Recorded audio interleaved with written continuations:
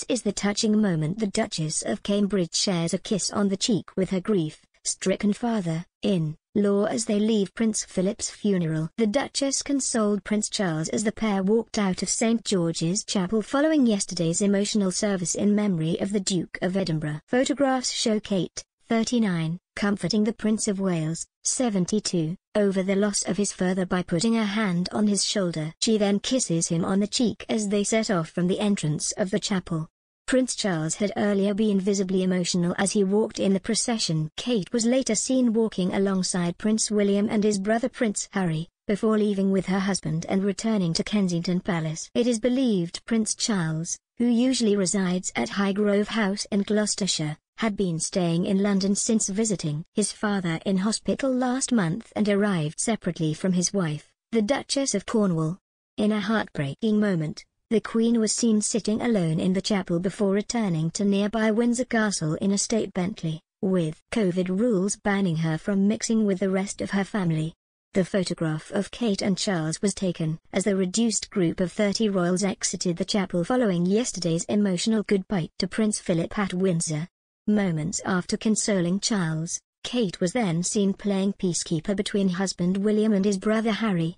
Harry was initially seen speaking to his sister-in-law as they left the chapel and began walking, but she then appeared to hang back so he could talk to William for a few moments without her. The brothers' discussion came following an impromptu decision by some of the royal family to walk back to the castle, despite state cars having been put on for them, and it gave the cameras a chance to see them talk. The princes talked while walking out of St George's Chapel following the service yesterday, having earlier taken part in their procession either side of their cousin Peter Phillips behind the Duke of Edinburgh's coffin. It comes as Prince Harry last night returned to Frogmore Cottage after attending the funeral, ahead of a walk with his father later yesterday, reports claim. The Duke of Sussex made the 10-hour flight to Britain for the funeral this week while his wife Meghan, who is around 7 months pregnant with their second child, remained in LA. While plans for a wake have been scrapped, Prince Charles, who was clearly emotional before and during the service, intends to spend some time with his younger son, perhaps taking him for a walk today, sources claim. Arrivals from the US must quarantine for 10 days upon landing, but can leave after 5 days if they provide a negative test under the government's test-to-release scheme. Harry was allowed to attend the funeral at St George's Chapel in Windsor yesterday in line with government rules that make exceptions for such occasions. He arrived in England last Saturday, which means, should he have tested negative, the Duke no longer needs to isolate in Windsor. He is understood to be based in Frogmore Cottage, where he lived with Meghan during their time as senior royals, for the rest of his stay. It is there that he is set to meet Prince Charles, just weeks after the Sussexes plunged the monarchy into crisis when they accused the royals of racism and the institution of failing to support Meghan when she was suicidal in their Oprah Winfrey interview. Following the bombshell tell-all, which included Harry's claim that he needed to educate his relatives, Prince Charles was said to be deeply hurt but resolved to mend the broken relationship with his son. There has been talk that Charles will walk around Windsor with Harry to look at some of the tributes and spend some time together, the source said. However, Harry is understood to be anxious to return to America to be with Meghan, who is thought to be 7 months pregnant with their second child. He could fly back to Los Angeles as early as tomorrow.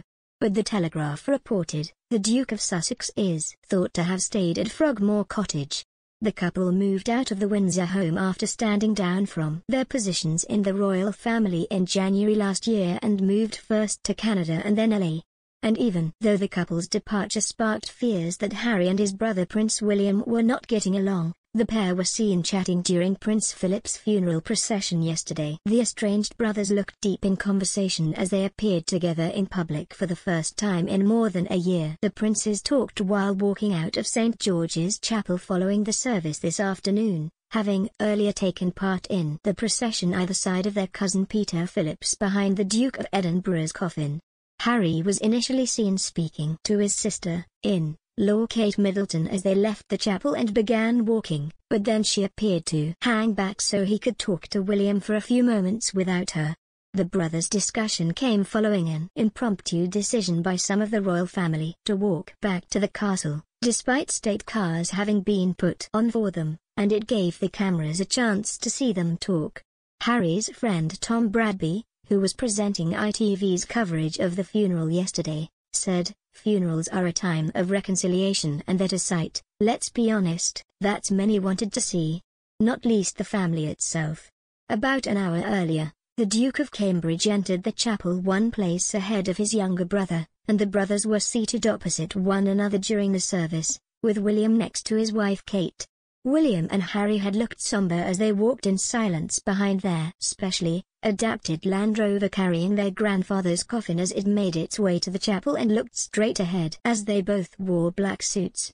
It had been quietly hoped that the loss of their beloved grandfather, who both men loved deeply, might start the process of rapprochement, but the brothers are not thought to have seen each other before the funeral. William, 38, and Harry, 36, were among 9 members of the royal family who walked behind their grandfather's unique coffin this afternoon, leaving the sovereign's entrance at Windsor Castle at precisely 2:45 p.m. Yesterday marks the first time Harry and William have been seen together since March 2020, when they attended a Commonwealth service at Westminster Abbey with other royals and could barely look each other in the eye. Speaking about the brothers' conversation yesterday, body language expert Julie James told Mail Online, "The moment of connection between William and Harry came right at the end of the service, as they left the chapel. In a coordinated but also relatively natural-looking moment, Harry walked up behind William and Kate to then join them, walking between them and chatting to them both. After a few seconds of what looked like natural and not self-conscious conversation, Kate fell back, leaving the two brothers walking off talking alone. It looked like a genuine moment of unity rather than something contrived for the cameras." Royal aides have been walking on eggshells as they try to navigate the rift between the brothers, sources said last night, as tensions remain following Harry and Meghan's acrimonious split from the royal family last year.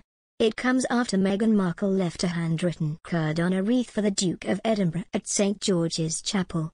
The Duchess of Sussex, who is around 7 months pregnant with Prince Harry's second child, was advised not to make the 10-hour flight to Britain for the funeral by her physician. Instead, she watched the ceremony, which began at 7 a.m. Pacific time, on television from her and Harry's £11 million mansion in California while the Duke of Sussex attended. A wreath from the couple was earlier left in St George's Chapel, Windsor, to mark their respects, sources told PA News Agency. Meghan and Harry personally chose the locally sourced flowers for their tribute, including acanthus molly, bear's breeches, the national flower of Greece, to represent Philip's heritage, and eryngium, sea holly, to represent the Royal Marines. The wreath also features campanula for gratitude and everlasting love, rosemary to signify remembrance, lavender for devotion, and roses in honor of June being Philip's birth month. It was designed and handmade by Willa Crossley, who arranged the flowers for Harry and Meghan's evening wedding celebrations in Frogmore Gardens and for the Sussexes' son Archie's christening. Alongside the wreath is a note from Meghan, who is known for her skill at calligraphy. The Queen yesterday wiped her eyes as she accompanied Prince Philip's coffin on its final journey from Windsor Castle to St George's Chapel. Miss Winfrey's close friend Gayle King yesterday launched CBS coverage of Prince Philip's funeral without making any mention of Meghan nor the devastating interview she gave Oprah, that CBS promoted and aired just 1 month before Philip's death. King ran through the order of the day and the order in which the royals will appear. She said, "Then we'll see Prince William and Prince Harry. William and Harry, there's no secret about this, have had a strained relationship, you could say, since Harry stepped away from his royal duties." She then, during a talk back, former Vanity Fair editor Tina Brown said there was family drama that the world was speculating over. "Are we reading too much into the body language? They didn't stand shoulder to shoulder when their mother was buried. This was by the Queen's design," she said.